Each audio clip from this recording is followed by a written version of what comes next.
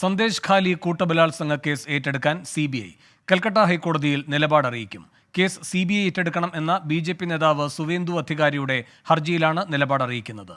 വിവരങ്ങളുമായി രാധാകൃഷ്ണൻ ഡൽഹിയിൽ നിന്ന് ചേരുന്നു. രാധാകൃഷ്ണൻ, CBIയുടെ നീക്കം എന്തൊക്കെ കാര്യങ്ങൾ പരിഗണിച്ചുകൊണ്ടാണ്? എന്താണ് വിശദാംശങ്ങൾ?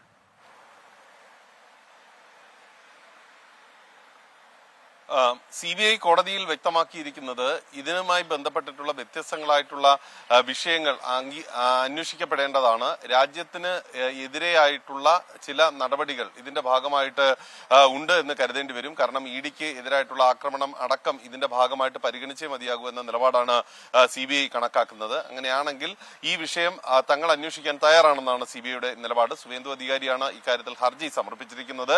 ഹർജി ഇന്ന് കോടതി പരിഗണിക്കാനിരിക്കുകയാണ്. അപ്പോൾ CBIയുടെ നിലപാട് കോടതി ഇതിന്റെ അടിസ്ഥാനത്തിൽ പരിശോധിക്കും. തുടർന്നായിരിക്കും ഈ വിഷയത്തിൽ ഒരു തീരുമാനമെടുക്കുക.